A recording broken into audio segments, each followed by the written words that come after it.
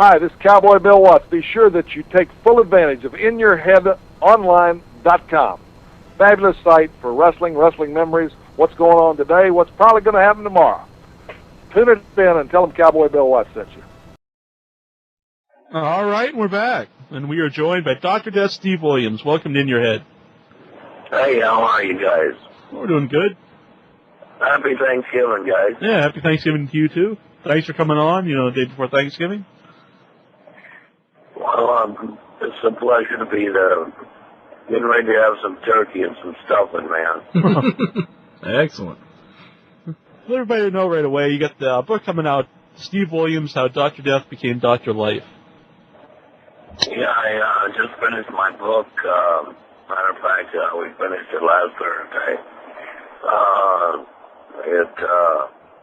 It'll be out, I think, 1st of February or the end of February.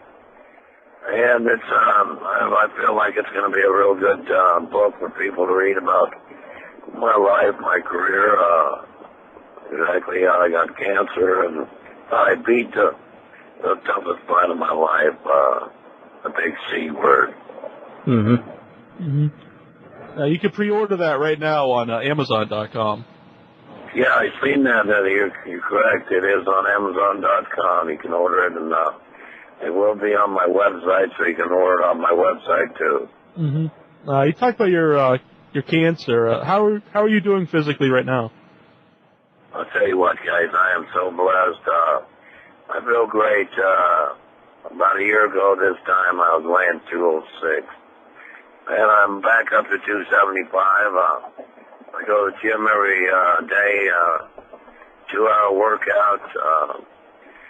Since May 14th, I've been in the ring, I'd say about 11 times, done a cage match.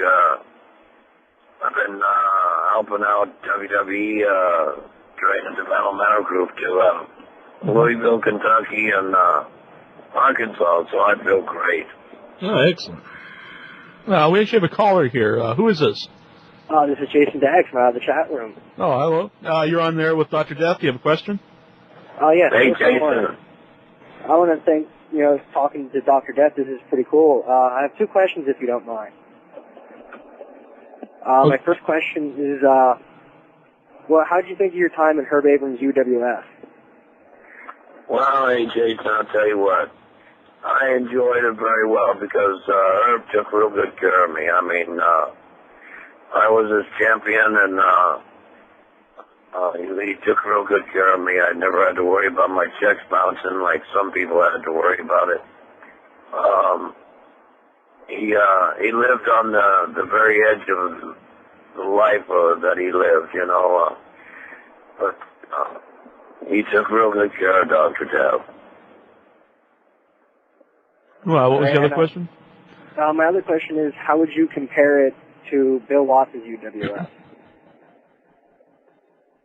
How can I compare Bill Watts with UWF? I'll tell you what, he's one of the greatest bookers that I've worked for. Two great bosses are Giant Baba and Bill Watts. I think Bill Watts has a great mind for the business. I think everybody that I talked to today with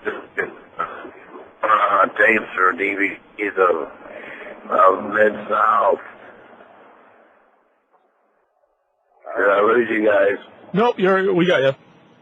Yeah, I was just saying that, he ran a great business. And I'll tell you, every time you watch this show, you're guaranteed to tune in next week to see what happened the week before, Mm-hmm. Did you enjoy the style they worked there? I guess it was pretty stiff.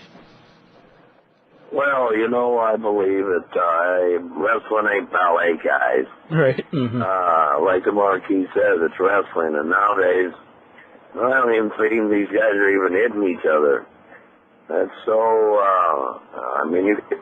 lot of people now, they've got the VCRs or the DVDs that they can rewind and slow-mo, and you can see everything. And it looks bad.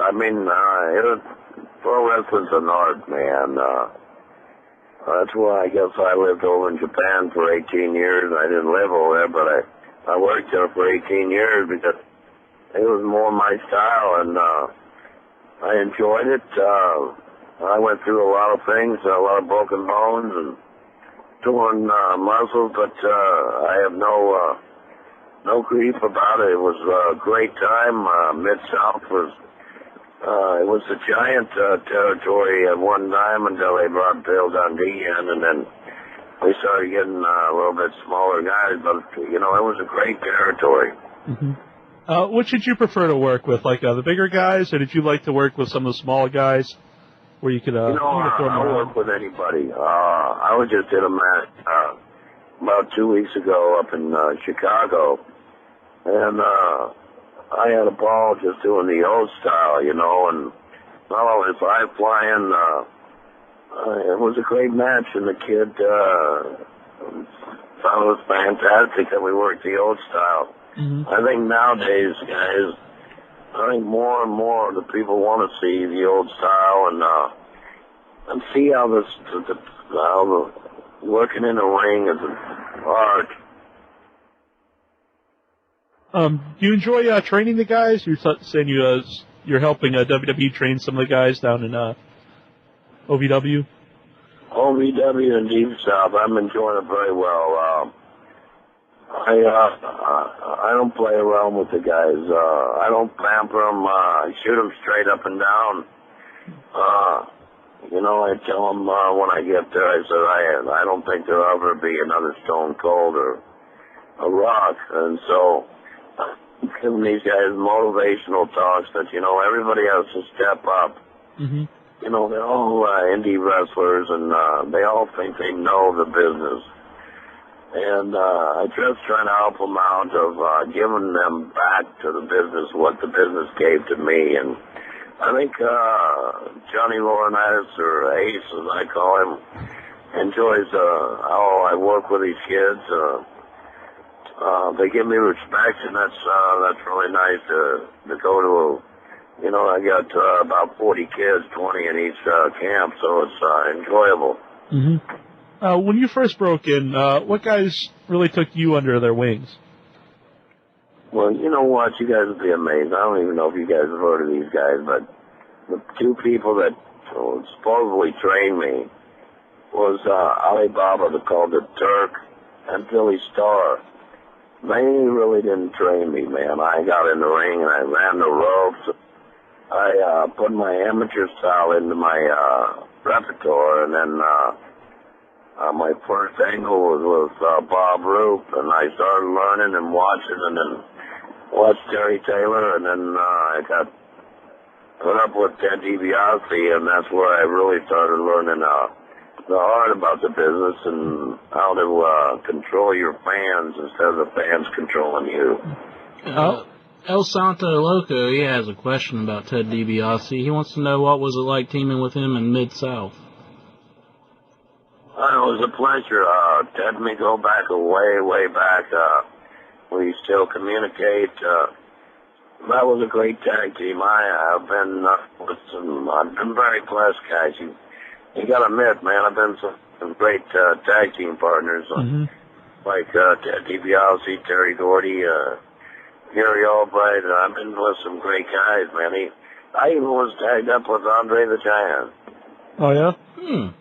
What was it like being in the ring with him? Was he just a bigger-than-life character? Well, I let him do it his way. I had no choice. Right. You know what I mean? He's the Giant, so it was a privilege. I got to work with him in Oklahoma City. What better place would a guy want to wrestle with a Giant? Right. In Oklahoma City, right by OU, the Sooner House, you know. Mm-hmm. No Oklahoma Stampede on Andre, I take it. No, I don't think I want to, man. I remember looking down at his foot, and he had a 22-inch foot. Man, he walks on every ground he walks on, you know, with them big feet. But you know what? He was a classy guy. I really was impressed with this guy that, as big as he is, he had a big heart. But when he got in the ring, he was strictly business, and that was wonderful. Definitely, a lot of people remember your team with Terry Gordy. Yeah. Do you wish you had a longer run in the United States with Terry Gordy? Well, yeah, you know, I hate to say this, and no, I hate to say it. I've said it in my book, and I really feel it. You know, he lived the Freebird era way. You know what I mean? Like a rock star, he went all out. He got involved with the wrong kind of medicine and the wrong kind of stuff. He was playing Russian roulette too much, and I really tried to help him out. I'm not saying I didn't play that game, but I learned how to say no, and I kept trying to get him to slow down and live a slower life and enjoy the roses, you know what I mean? Instead of living like, probably I'd tell you, Elvis Presley. You know, he lived to the extreme. Is that a problem in wrestling, do you think?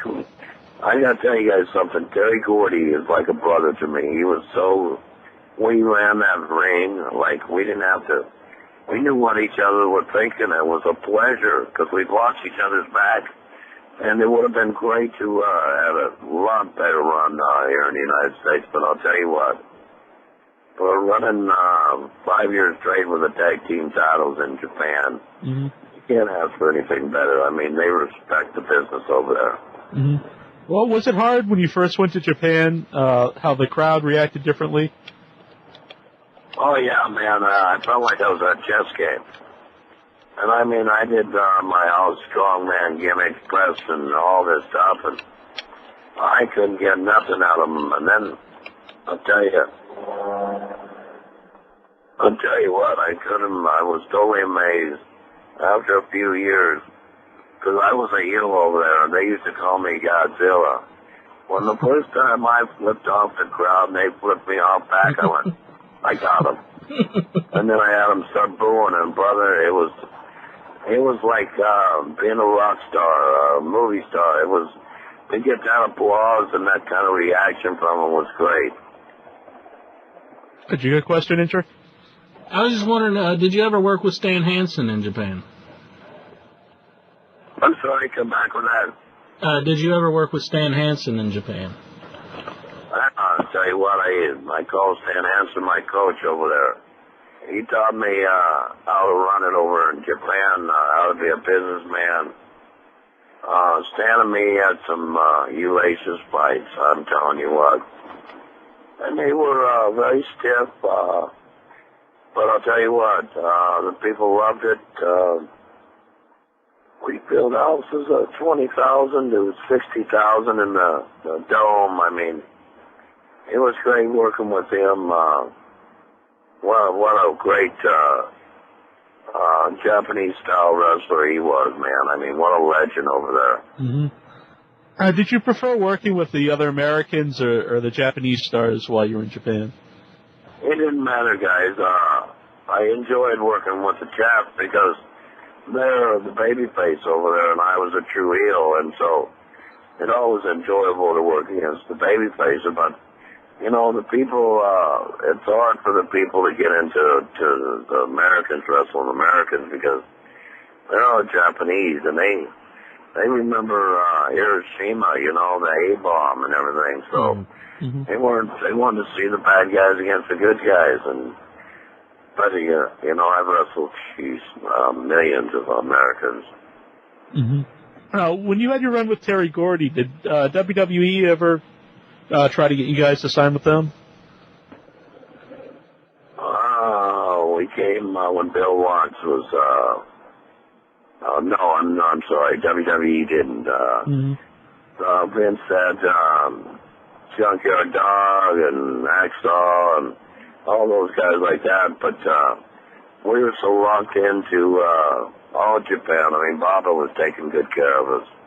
And when WWE came over, I think they wanted to try to snatch us, but Baba wouldn't let them come near us.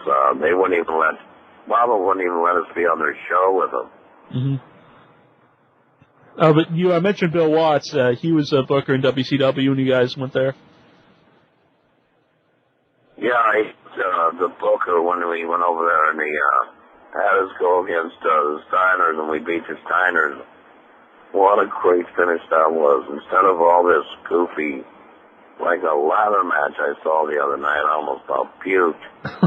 But what a finish. I can remember today for the tag team titles. When Scott Steiner was going for a belly-to-belly, my partner, Terry Gordy, I came up and I clipped Scott in the back of the leg. Terry went on top of him, 1, 2, 3. Wow, I mean, what a finish that is, instead of taking a doggone ladder, and right. I felt so much fun. Yeah, I was a big, that's when I was really a big wrestling fan, and I was just a huge Steiners fan. Those matches were just great to me. We got a caller here. Who is this? This is the Fleet. All right. You got a question for Dr. Death? Yeah, first of all, I just want to say it's great having Doc on. He sounds awesome. Well, thank you. I just wanted to know, because you had such success as a singles and a tag, which did you prefer? Well, I'll tell you what, I liked it both ways. I enjoyed working by myself as well as I did tag team. I mean, I have no complaints. Look at the guys I used to work with as tag team partners. I mean, it wasn't like when some guys, when they're tagging up with a partner, one guy does a lot more work than the other guy. Whoever I tagged up with, it was a 50-50 deal there, man. Each guy would go out there and do his stuff, and it was a pleasure, man. But I could run that ring and control that ring as a single player as well as I could with a tag team partner. So I was very blessed on that side. Okay, thanks a lot. Thanks for calling in, man. All right, thank you, guys. Man. We actually have another caller here. Who is this? Is the caller there? Nope, he must Hello? hang up. Caller? Yep. Are you there? I'm here. I don't know if he's there. Well, if you're there, caller, you can ask a question. Gibbery Mouther, he wants to know who came up with the Oklahoma Stampede. Well, come on, you guys don't know your history then. That's Bill Watts' finish. Right. That's who came up with that move. That was Bill Watts' finish, and I was his protege, and he gave it to me.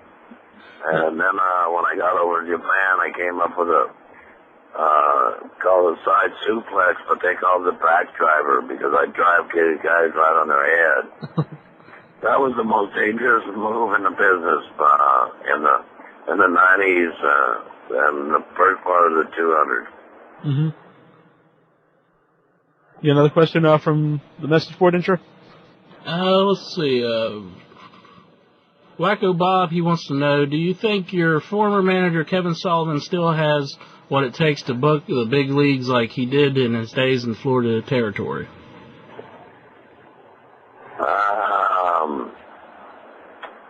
I don't think so. I think you need a younger mind? Yeah, he has an evil mind. He really does. You know what's sad about Kevin Sullivan? When we had the Varsity Club, if Kevin Sullivan would have came out and was like a coach and wore a cap and a gym shorts and a whistle and was just like a coach out there, that gimmick would have went a long ways, man. But he always wanted to come out in his devil outfit. Right. And it didn't work. It didn't mesh, you know. Mm-hmm. Yeah, he was a taskmaster, I believe. Yeah. You're talking about the ladder match the other night on Raw. Do you remember doing the Tower of Doom match? Do I remember the what? The Tower of Doom match. It was like 3 kids. I was the first guy to run up the side of that doggone cage. Everybody was scared to death to get in that thing, and I wanted to know how sturdy it was. I climbed up on the outside to the very top, and I was shaking it, and all the boys were saying, "Stop it, Doc, stop it." I said, "Oh, come on, you tough pansies, get in here, let's fight." I enjoyed that, man. That was a great match. I really did. Mm-hmm. When you talk about like the gimmick matches or like the ladder match, What kind of style do you like to watch on wrestling now? Is there anybody that you're still like a fan of that you see on modern I wrestling? got to tell you guys something. When Artie did a whoop off the top rope and landed on that ladder, that should have been a 1, 2, 3. That just showed me that nothing hurts anybody anymore. Right. Yeah. I mean, come on. That was like bulletproof. I guarantee you Artie was hurting. He's still hurting from today. Yeah.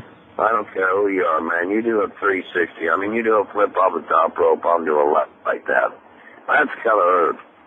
And if they don't sell that, I mean, they should have beat the guy. And you stretched him out on a stretcher, man. It would have been more believable than going on with that match and even taking that doggone ladder and shoving it at him like a cheese grater. You know, I mean, nobody's bionic man. Come on, sell it, son of a gun. That's what's so bad about the business right now. Nobody sells nothing. When you see the guys taking all those bumps and stuff, do you worry like what they're going to be like health wise? You know, when they get older in life. Well, when they hit 45, brother, they're gonna really feel bad. I'm 46 today. And I've been through a bunch, man. I mean, you name it, I've been it. And, you know, I'm blessed, though. I can still get in that gym, and I can ride that Stairmaster for 20 minutes, bump that iron. But like the old saying we used to say, when them guys do all them goofy bumps, they only got a few of them left in them, buddy. Only a few left. All these young kids, go ahead and do all that goofy stuff. See if you're walking when you're at 50. I said here on a few times, everybody remembers Superfly Jimmy Snuka's Superfly Splash, but you know he only did that once in a match. A lot of these guys, you know, they do all these moonsaults and stuff, but they do about 10 of them a match, and you really don't even remember them anymore. I don't enjoy watching. I mean, Snuka Fly, brother, when he went up to the top and did that, it was it. Now they got to do it over and over and over and over again. I go, remember when the great Harley Race did a suplex, front suplex, 1, 2, 3? Right. I mean, come on. Make sure the people know it hurts. How many times are you going to do it? I mean, I get tired of looking at guys doing that German suplex and rolling over and doing another German suplex. Man, let me do a German suplex. I guarantee I will not do it only one time. Right. To beat somebody, you know. Are there any guys currently on TV that you're a fan of watching?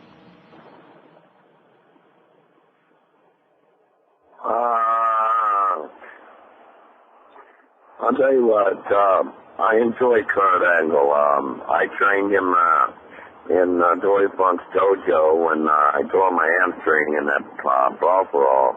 Well, I had his first probably 20-minute Broadway, and I enjoy watching him the way his style is because he's a shooter, and I like what he does.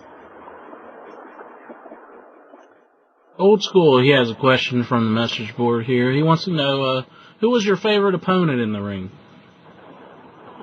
Ken Sabasi. I enjoyed working with him. Matter of fact, 1990, I think it was. No, 1999. We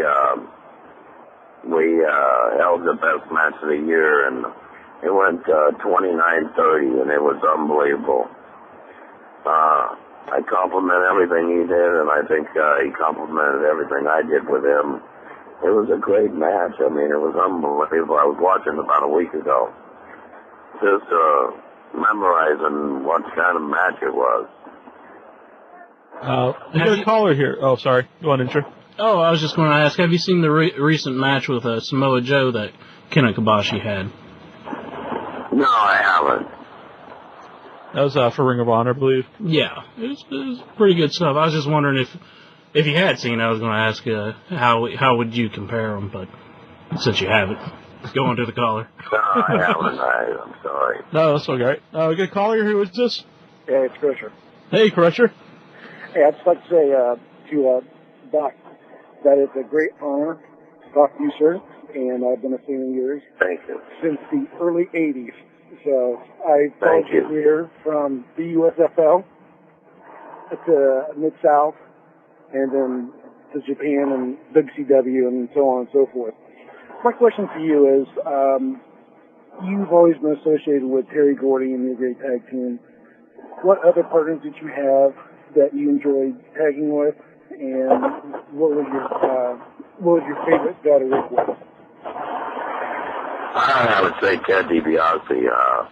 We had a great run in the Mid-South, and I feel if I didn't go to Japan, we would have been a great tag team for Vince for WCW. You know, but it was great working with Ted because Ted's a great technician in the ring, you know, and it's great to, because I was a strongman gimmick and a brawler, that it was great to put his technician with it. Yeah. Hi, you got another question, Crusher? Yeah, I'm also wondering if Doc has ever had a Del Rancho steak sandwich. I'm sorry, I ever had what? Did you ever eat a Del Rancho when you were down in Norman? Oh, yeah, I sure have, buddy. Rancho was great. I've been there many a time. All right. Also, one more thing, I'm going to let you go. I'm coming down to visit my mom in Abbeville, which is south of Lafayette. Is there any good fishing holes down in that area that you know of? Whereabouts is this now? She lives about an hour south of Lafayette, Louisiana. So I'll be down there in Lafayette. I couldn't tell you. I'm more up by Shreveport. I live right on Cattle Lake, man. That's great fishing there. They get the big bass. All right. Hey, Doc, thanks a lot, man. Good luck with your recovery, and hope everything goes well for you, and continued success in your health. All right, bro? Hey, thank you so much. I enjoyed it very much. Take care, and God bless. You too, bud. You mentioned at the beginning of the show, you talked about how you got your cancer in your book. Did you want to tell anybody about that here? Well, I'll tell you what, it'll be in my book, but I got to tell everybody, guys, that, you know, there is a real God, man. I'm a miracle from it. I died 3 times out of this cancer survival. And all I knew that my best friend and the man I talk to all day long is God, and he spared my life, and I'm blessed that I feel like I got a calling right now to be in the ministry, to get out there to save some people's lives, some dead-end roads that I took, and to bring them to our good man above. What he's done for me is something I want to return. I just want to be a warrior for God, because it was a heck of a road trip, guys. I never knew if I was coming or going on this deal, and they literally cut my head off twice and put me back together. For a guy that has been through so much, I have a great voice. It's strong. The only thing I have to do is I've got a hole in my neck now, and I have to just take a thumb in there to talk. But what a testimony to tell young kids and parents alike that there really is a God, man. He's just so wonderful if you're faithful to Him. You know what I mean? Mm-hmm. When you were first diagnosed with the cancer, did the doctors tell you like you would never wrestle again? Yeah, they told me I'd probably never be back in the ring, man. But well, I tell everybody I can do anything through Christ, man. And I'll tell you how scared I was, and I've been one of them scaredy cats, you know. Mm-hmm. I'm the true Dr. Death, and when I got the phone call from my daughter Stormy in Japan, I was getting ready to wrestle for Pride, and I was getting ready to wrestle Russian over there, and I was so fired up for that match. The night before, my daughter called me and said I had cancer. I totally lost it. I didn't, you know, when you hear cancer, you think you're going to die. Mm-hmm. Yeah. I went out there, and guys, I got beaten in 23 seconds. I took four knees to the head. It didn't knock me out. I was still standing, but I saw the match on the video, and I said, wow, what an amazing deal. Even for a guy to be standing after 4 knees to the head. But I wasn't in the game after that. All I could think about, I'm going to die. Just want to ask you, since you put the book out, both you and Bill Watts have a book out. During your time in Mid-South, if someone would have told you that you guys later on would write a book about, like, the insides of the business, what would you guys have said at that time? I'd never imagine I'd be writing a book, guys. I would never imagine Bill Watts writing a book. You know what? Because Bill Watts is the tough cookie out there, man. I never even thought he'd come out and expose things like he did. But he wrote a great book, and I'm proud of what he did. I'm proud that he gave his life over to Christ, too, because he was a wild and crazy guy, just like I was. Did you enjoy the process of putting the book together? Yeah, I did. I enjoyed it. Everybody, like a lot of publishers, they want to run it like you want to run it, but this book is how I wanted the book, and I exposed a lot of things. I didn't try to hurt anybody, but about my life and how I got tied up with drugs and this and that. I wasn't afraid to tell people. A lot of the wrestlers, I read books that they wouldn't tell you half of the stories, I just wanted to tell the truth. Right. Someone wrote in that, was it a proud feeling when you won the Triple Crown heavyweight title? And do you think titles held more meaning then? That was the period I was very proud. As you'll see my book, that's what I'm holding. I'm holding the Crown belts, and I was so proud of that. And I was one of the only Americans as Stan Hanson to hold them belts, so that was a privilege. Also, someone know, what was it like working with Vince Russo in WCW? He's the first guy I ever seen kiss his own balls after I gave him a side suplex. You all see that move? I mean, I gave him that side suplex, brother. And he hit it so hard that he was kissing his own balls. I've never seen a guy do that. Did you have any problem doing the working with Oklahoma when Ed Ferrara was in the Oklahoma gimmick? No, everybody thought I was mad at Jim Ross. I wasn't mad at Jim Ross. WWE got me for no reason, and I had to make a living. I had a family to take care of, and that's all it was about. Whatever the creative team for WCW wanted to do, that was up to them. I was trying to make a living and take care of my family. Were you surprised when WCW closed? When they were sold to WWE? Yeah, I was. It kind of hurt all the boys. I wish another major company is now TNA is being called a major company since they signed Kurt Angle. But it hurt all the boys, because they had to do it Vince's way, and it's tough when you only got one boss to deal with. Do you think TNA has a chance of making it big? Well, yeah, the way I heard in the locker room, a lot of the boys don't want to have to kiss somebody's butt anymore. They want to have a choice of going back and forth, and I think they've got it now. Well, we really appreciate you coming on tonight. Is there anything you want to tell the fans out there? Why did you pick up the book? All I got to say is, I got a lot of emails and a lot of cards from a lot of people when I was going through this cancer. I just want to thank you, fans. Maybe a lot of wrestlers don't appreciate you. Well, you can guarantee a Dr. Death appreciated y'all. For you guys made the business too, for us to come out there and work hard and give to you people what the wrestling business was all about, and that's back in them days, wrestling was real wrestling, not like it is now. Okay, well, thanks for coming on. I want everybody to pre-order on Amazon.com, Steve Williams, How Dr. Death Became Dr. Life. Hey, thanks, guys. And I'll just tell one thing. If guys want me to be booked out into your churches or your boys' homes or talk to kids in high school or anything, you can book me through my website. Love to come talk to kids and love to tell my testimony. What's the website? Everybody.